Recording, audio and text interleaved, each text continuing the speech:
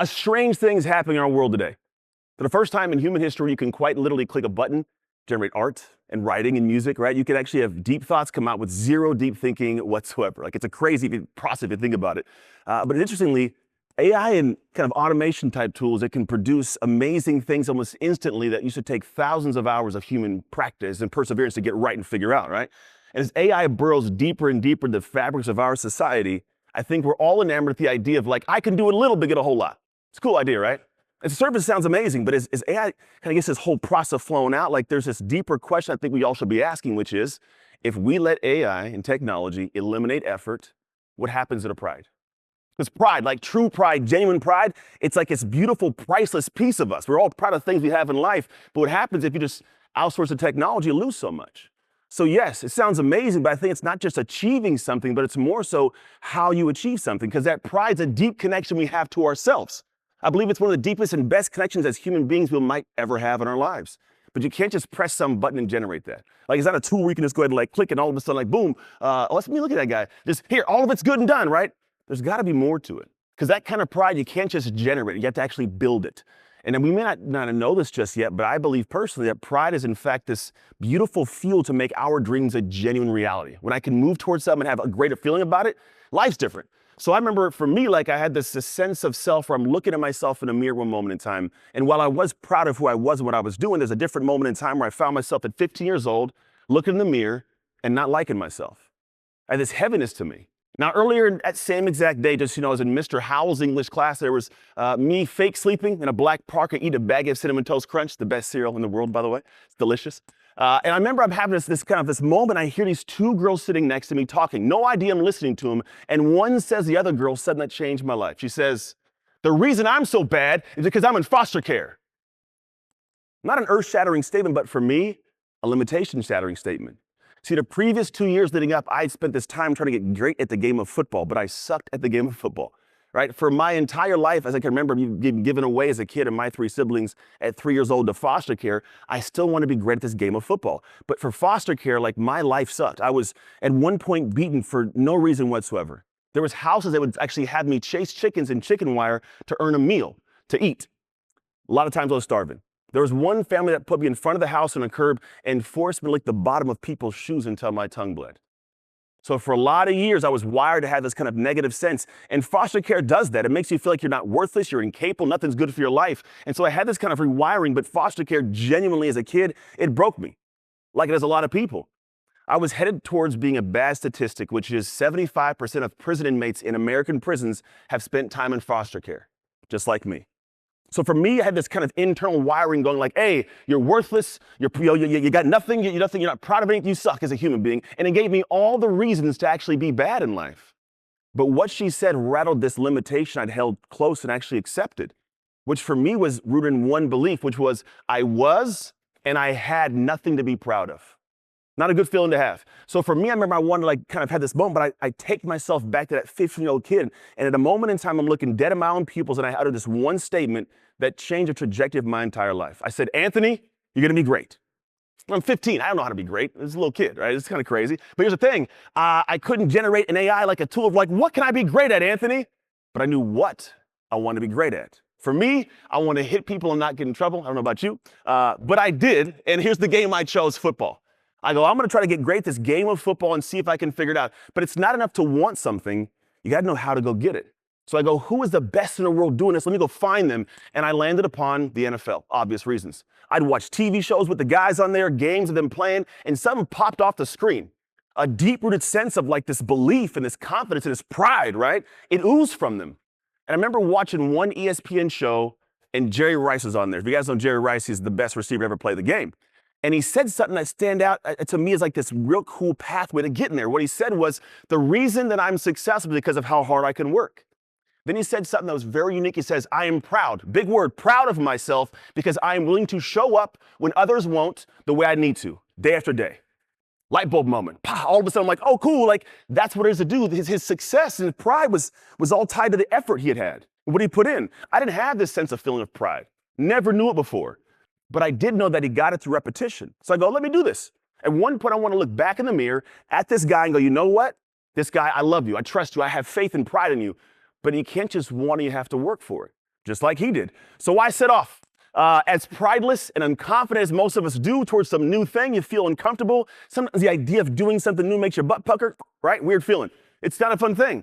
But I knew that I had to get better, so what I started doing was going to the weight room 3 days a week. No idea what I was doing. I'm out there catching routes with Joey Garcia at Chichibu Park in Antioch, which is East Bay Area nearby here. And I had this kind of weird dance where I'm like trying to navigate the situations. I would throw a football in the air 500 times a day, trying to make sure I'd never drop a football again.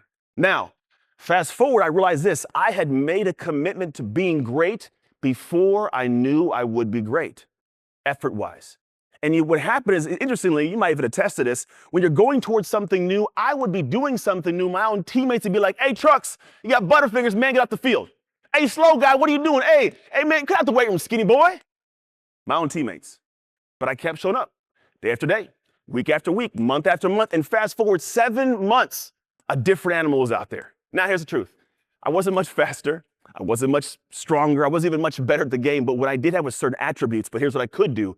I could tap into those attributes at a soul level because I had built a sense of pride in who I was and what I expected from myself. We call it an investment bias as humans. I give something, I want something back. I had a different feeling. I had it seared into my brain that I deserve success because I knew one thing. I have done too much work in the dark to lose in the light. A guttural sense. And so for me, it was all rooted in a sense of work to be proud, right? And all of us have successes and highlights in life, but every highlight you see from somebody is built on the backs of thousands of invisible moments. But they do something special. They build a sense of pride. A base beneath you can step up to go do something cool, but even more so, they connect you to yourself deeper. And every time you think about it, whenever you show up when you don't want to show up, but you go get that thing done, right? Every time that you fail and get back up and keep moving, when you push through something difficult and you get to the far side and go, man, I love me, right? Trust, confidence is built. You end up building a trust and a belief and honestly a confidence in a person you never even knew existed till you built them. Now this, for a cool way, kind of brought me all the way to the NFL level. I played in the NFL for about 3 years. Stands for not for long, in case you didn't know. Difficult kind of business. But here's what was unique about it. Most don't know. My confidence didn't come from the stadiums, didn't come from the applause, didn't come from all the games I played. My most meaningful moments came when I was out there doing crazy hard work and the only person watching me was me. One time that I really recall this, it was Oregon. I was University of Oregon Duck, and I had this situation where I was going to play for the Tampa Bay Buccaneers my rookie year, but I didn't academically graduate, so I couldn't go with the team in advance. So I got to prepare for training camp by myself. Now I am trying to prepare for Tampa, Florida in summer. If you don't know, hot, humid, it's hell on earth, it's crazy. In Eugene, Oregon, I'm doing this. It's cool, and it's nice and foggy outside, incongruent. But I had to figure it out. So I got to find a way to be great. So I would go to the football field when the team was off the field by myself with a SpongeBob stopwatch. It was Patrick, but SpongeBob. I had a workout from the team. I had a water, and I had my cleats, and I just had my heart. And I had to put in the effort at an NFL level without knowing what it felt like. But I just knew if I died out there every day, I could perform better on.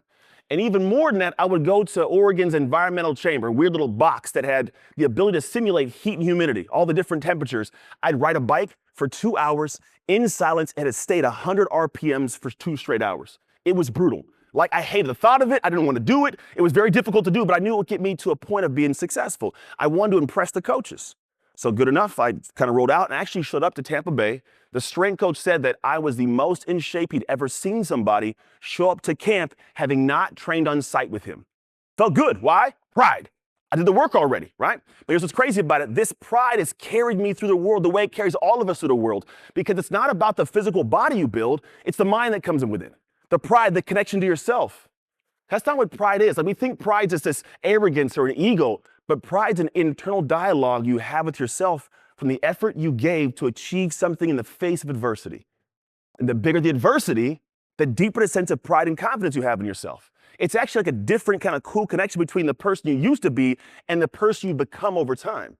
And that pride, it shows up different. It carries you into the world differently. When you are more proud of yourself, you show up different for the world around you. You got to trust in your heart, so you connect your heart to people, no problem, right? You actually, when you move through something difficult, you have a compassion, empathy for those going through something difficult. When you've earned something, you know how hard it was to earn, you respect those on the same path to earning it. So pride doesn't separate you, it connects you deeper to the world. The work you're doing inside changes the world outside of you every single day. And if you think about a world where all the time we're just going, hey, how can I outsource difficulty to technology? Well, you're going to have something automate and generate your critical thinking, your processing.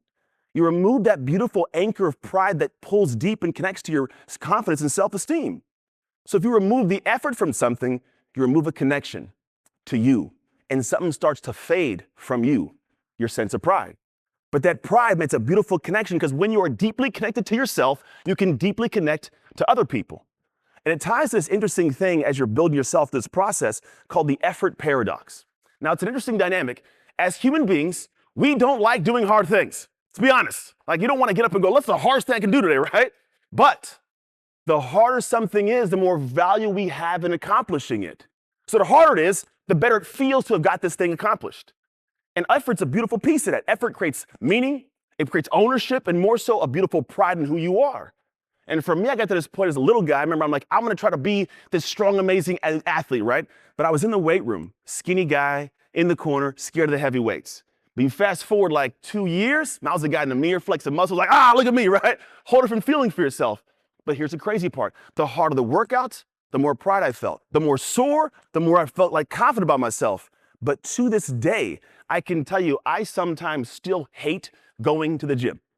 It's a paradox, right? I know it's good, but I don't want to do it. We all can attest to something similar in our lives. And it's a big piece of it because this connection to people, it also comes through a connection to yourself. But here's the thing about life. You can't just show up to the life store and have a cart and go, let me find life's best characteristics and feelings, right? No, there's no aisle that says, hey, we're going to have some connection and health in this aisle here and different piece of pride. Hey, results and confidence are on discount. There's nobody saying, hey, 50% off of mastery on aisle 7. You have to do the work because pride and fulfillment are on the other side of effort because effort shapes who we are at our core. And it actually, when you look for a shortcut, you get to a point where what you do is you rob yourself of what's called the hero's 2 journeys. When you're going towards something, you're on a journey towards something every single time. But here's what's cool about it. The first journey you take is the one for achievement, to get the thing. The second journey is who you become because of the journey, right? It's a beautiful thing to comprehend. If I can do that work, I become somebody. Well, the interesting thing is also you can get the achievement once. One time I get that job, make that money, get the thing, right? But the second journey is endless. Opportunity up unlimited. I can always become somebody new. So yes, as AI comes in and changes the world around us and makes things unique and different, it's gonna make things faster. It's gonna make things easier, obviously, right? And you're gonna unlock new creative abilities and new innovation. Obviously, it's the cool part about it, but it cannot replace human struggle. The thing that when you show up to a hard situation and choose, I'm going to keep leaning in over and over again. The moment that you fail, but you go, you know what, I'm going to get back up and do it again, you start to discover something about yourself. A deeper belief kind of gets rooted because those moments, they can produce something that machines never can. It's pride. Who you are in a powerful sense. So the question of how can I eliminate effort and still get something great should not be the question. What it should be is, which struggles should I choose? Because struggles will shape you. They'll make you be able to do things that you're supposed to do. You know who you are, how you navigate through stuff. It creates a beautiful life, a great career, like everything blossoms. Because I can't picture a world where like artists don't make art. Click a button and like, all right, that's the Mona Lisa level. Like, no, a computer made that. Imagine robbing people of the pride it takes to create something that takes hours to get done. So I invite you to an idea, which is, as our world is racing full speed towards convenience, choose effort. Choose something that demands discipline and consistency because it doesn't just make it efficient, it makes you grow inside. And when you grow inside and connect to yourself, you connect to the whole entire world around you so much different. Because pride, like genuine pride, it shouldn't just be felt by you. It should be a way you actually connect deeper and build deeper to not just yourself, but those every single day around you. Because honestly, pride, it can't be automated, it can't be generated, you can't download it. True pride, beautiful pride, must be built. It cannot be bought. Thank you. All good? Count them off.